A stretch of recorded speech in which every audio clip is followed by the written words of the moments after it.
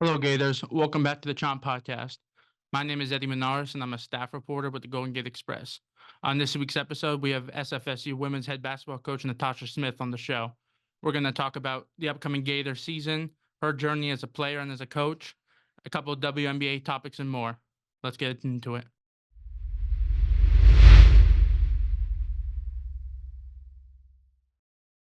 Hello, Coach. Welcome to the show. Thank you for having me. First question, just want to know, you guys' season starts soon. Mhm. How's the team looking? How's everything going? We are looking improved for sure. We added the right pieces. We got better from last year in the sense of the maturity and our development.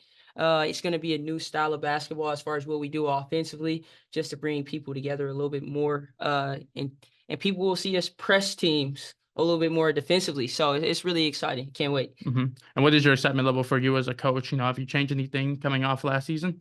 Yes, we are going to be running the same offense that you see Stanford women's basketball run. Mhm. That's what we'll be doing. We're gonna still be playing man defense. My mentality going into this year is like, let them play a little bit more free than usual. So it's a more relaxed kind of temperament. Mhm. Yeah. It's no secret, obviously, last season didn't go as you planned, probably. What improvements are you trying to make? What are you changing? What's the mood of the team going into a season where you hope to improve upon last year? The overall thing is like kind of getting the right people bought in and getting rid of the pieces that didn't really work culture wise. So some things that we're changing is making sure that we're getting people in the gym just a little bit more and mentally getting them tougher by like we practice at 6 a.m. So it's just a mentality with everything that comes with that. And then they get in the gym and get extra shots and skill work. Like right now, we have small groups meeting with my assistants, going over film. So just really trying to make sure that our overall development is better. Mhm. Mhm. And then I wanted to ask about you. What was your journey as a player to get to the coaching level that you're at now?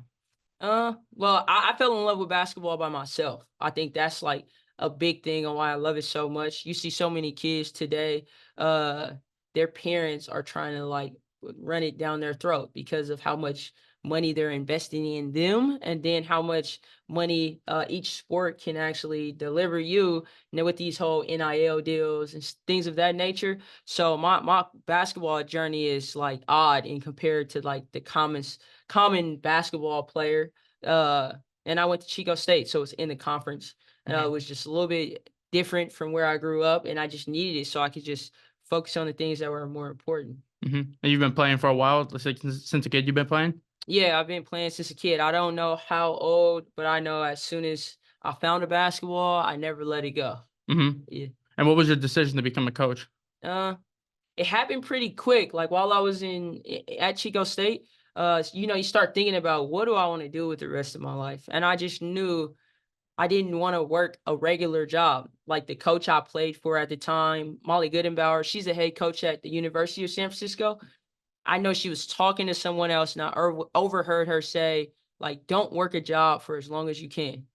And I took that to heart, and I feel like I never have since I got into coaching basketball because I love it so much, and it's just not a job. So somewhere between 19 is when I just knew I wanted to be a college coach and become a head coach before 30. So hmm and I did that. Yeah, And and the I'm coach at grateful. Yeah. USF you were just referring to, hmm I believe you were assistant, right? I was an assistant there. Yeah. Yes. And so, what did she teach you about coaching that you've brought on to here at SFSU? She's taught me a lot actually. And I don't think I probably, and I know a lot of people probably don't give her enough credit. She allowed me the autonomy to become who I was going to be as a coach while I was working by her side. She taught me the importance of like just being resilient, and having a layer of toughness about you, and also being able to just adapt. A lot of people, her past players, if they went to go watch, would probably be like, "This is not the same Molly that I played for." Like she's a little quote unquote softer. And I think it just comes with being able to adjust and adapt to the players that you have in order to make things work. hmm And so, entering your sixth season as head coach, how much excitement is there for that? And what are your overall goals as a head coach? Do you want to, go beyond San Francisco State, Mhm. or? Uh, it's really exciting because I know how grateful or appreciative I should be of the opportunity that I have. There's only 300 plus jobs that I get to have, So going into season number 7, I'm even more excited too, just for the simple fact that my stint here has been really long. When you look at the track records of other coaches that have been in my seat as well. So I wake up every day with a bunch of gratitude, and you can see it if you were to come to a practice at 6 o'clock in the morning. I'm high energy and just remembering what my journey has been, and like I pray for this and I have it. So the end goal for me is just to continue to make history. You don't see it in the record books, but you don't see it in the win or lose column. I mean, but you do see it in the record books. You see it in the graduation rate for first time generation college students. You see it when we're out in the community. Like we are really in the San Francisco community, and that is a huge win that not everyone understands. And as I became more mature, I've been like able to recognize like continue to coach and get better, but also remember that the wins don't just happen on the court. And so I wanted to ask you about a little bit about the state of women's basketball. I think it's actually at an all-time high, and it's even Yes. getting bigger with all the viewership. Just what are your thoughts on that?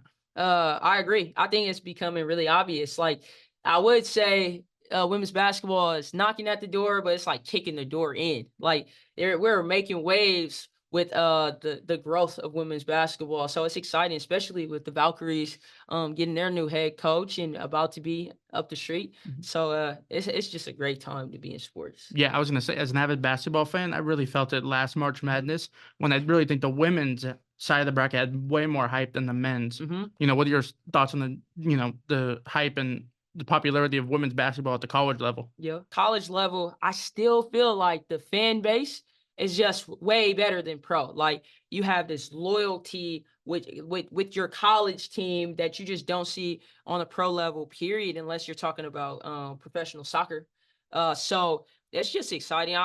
That's all I really got to say about it. It's exciting because fans are really loyal to their teams, and you Mhm, could feel that intensity even while you're just watching the game from home. mhm. How much of a WNBA fan are you? I'm a cool fan. Like I'm like a C fan. Mhm, I think I can grow into being like a B level, A level fan, and it's just because my job is so time consuming that I look at their games objectively. Like I don't get to really embrace it all the time like a fan. And I'm trying to recruit and better our program. So maybe once I feel like I figured this thing out for real, I can become a better fan of the WNBA. But I mhm. love it though. Yeah, they also would have an historic rookie class and a historic Mhm. viewership rise. How close do you think WNBA is to becoming, a big brand in American sports? I think it has exploded to being just that. Especially, we have to give credit to like Caitlin Clark and Angel Reese. But it's gonna be consistent for a while. Because you got the Dennis Rodman of women's basketball, and you got the Kobe slash I don't know Steph Curry and Caitlin Clark in basketball, and they're not going anywhere. So I think the momentum is going to continue to grow. Speaking of those two, what were your thoughts on them? They had a historic rookie year, Mhm. good rookie of the year battle. What were your thoughts on them and some of the other rookies that came to the league? I'm a really big fan of Cameron Brink that Mhm. came out of Stanford and is Steph Curry's god sister. Right. And it was sad to see her go down with an ACL tear. But as far as like Angel Reese, we got to see what it means to really be a dog. And now like college coaches or girls basketball coaches can point to someone in the WNBA or the league that looks pretty and goes to like nice parties and stuff, and you get to, that's how you work hard. That's how you go after rebounds. So she allowed and provided great examples for the youth, and so did Caitlin Clark. Like she plays the game the right way. Her teammates are super involved. She's an elite scorer. Her deficiencies are is defense, but she makes up for it in the things that she's great at. And that again is just a great example for all players to actually see you don't have to be great at everything. Mhm. You just need to be really good at what you're really good at. Mhm. Yeah. On a more serious topic, revolving around those two, Mhm. I know the WNBA had to make a statement, a couple different statements. The Players Association to make a statement about, racist, derogatory remarks made throughout the season, with this rise in viewership. I mean, what are your thoughts on that, and what could they have improved, or what could the WNBA have done better maybe in this situation? I actually don't think it's I don't think it's that much of the WNBA's responsibility, in the sense of like their presidents and like coaches can get a handle on it as well as they put out these posts and different things targeting it to let people know. But racism and being prejudiced and all that stuff it's been a thing. Like, and you hear people like Sue Bird talk about it on social media and on platforms that she attends, and it's like this isn't new. It's just the fact that there's so many more eyes on the WNBA, and they know the people are listening to Angel Reese and Caitlin Clark. So of course they're using them to advocate for women's basketball and treating people as people instead of judging them by the color of their skin. So I think they're handling it the right way. I just think that it's been a thing. And we don't need to like shine light on it in a way that makes it seem like this is brand new. Like, Mhm. I don't know if I make sense, but that Yeah, I yeah. understand. The next thing I want to ask about, you mentioned the Valkyries earlier. Mhm. Just what are your excitement level to have a WNBA team here in the city? Oh, I'm super excited for the simple fact that the Bay Area fans are like no one else. They have real energy being at games. We have like a really true diverse population in the Bay Area. And then people from Sacramento is gonna come, people from Fresno are gonna come and enjoy the WNBA and the experience that it provides for everybody. So I'm overly excited, and I hope they can hook us up maybe with some tickets or something Yeah, I was like just gonna that. ask you. That would be cool. Is there any way, as the local college team, to build a connection with them? You think? I think it is, but that's like an administrative kind of Right. responsibility to hopefully be able to build that bridge. Hmm. Yeah. And just so, what should fans be looking out for the season for your team? They should definitely be looking out for a real balanced attack. But with Allie, number two, Yeah. Allie the Gator, we can say that right now, is she's gonna be representing our university and our program in the best way you can see possible. She's gonna be playing on the best defending the best player from the other team night in and night out. She will leave San Francisco State being one of the most prolific scorers. And so will Sage Bridges Bay. She's a prolific scorer as well. She just really knows how to play the game and really efficient, almost like a female KD, but shorter. So it's just gonna be exciting, especially watching them lead the way. Hmm. And Yeah. then you mentioned Allie, number 2. I Mhm. believe I read she was all second team ACCCA, Yeah, something like yeah, that. yeah. How does she build upon that this year and get even better? Well, she's only a junior, so her hunger and development happened during the summer already, and right now I think that everybody is already on standby for what she's going to be bringing. She's just a fierce competitor that is not going to let you have a day off. Hmm. Yeah. I just want to get a couple quick hitters in with Mhm. you, maybe to just end the show. Yep. Just favorite all time basketball player. Iverson and Kobe Bryant. We gonna go two. Hmm. Yep. Women's as well. I don't. If I had to say a women's player, right. I hate saying this, but it's Caitlin Clark because I know she's a rookie, but Caitlin Clark. Yep. Hmm. You have a favorite all time women's player? All-time women's player, I'll go with Stewie. Stewie. Breonna Stewart. Yep. Hmm. Speaking of her, just one more thing. The Mhm. WNBA finals are going on. I believe Game 3 tonight's Yep. At series 5 tied o'clock. 1-1. Yep. What are your thoughts on that? Who do you got taking that? I have the New York Liberty because they also have a Bay Area bred point guard / shooting guard in Sabrina Ionescu. So I'm for sure rooting for them. It's gonna be a battle though. Hmm. You have a favorite moment in your coaching career so far? My favorite moment, there's two. We played in the national championship game when I was at Southern Oregon. And number two would be when we found out while I was the head coach here at San Francisco State that we made the conference tournament. We feel like we made history for a minute, and we all jumped inside of the pool at the hotel in Humboldt, and that was great. Yeah. You have a favorite moment of your own playing career?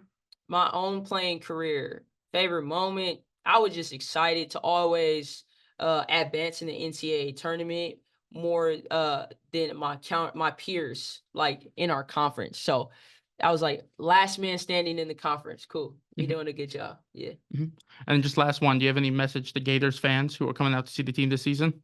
Um my biggest thing that I have for the Gator fans is we're all in. We represent the university the right way. So just come on, show some support and we'll show it for you as well. I'm Eddie Monares reporting for Golden Gate Express.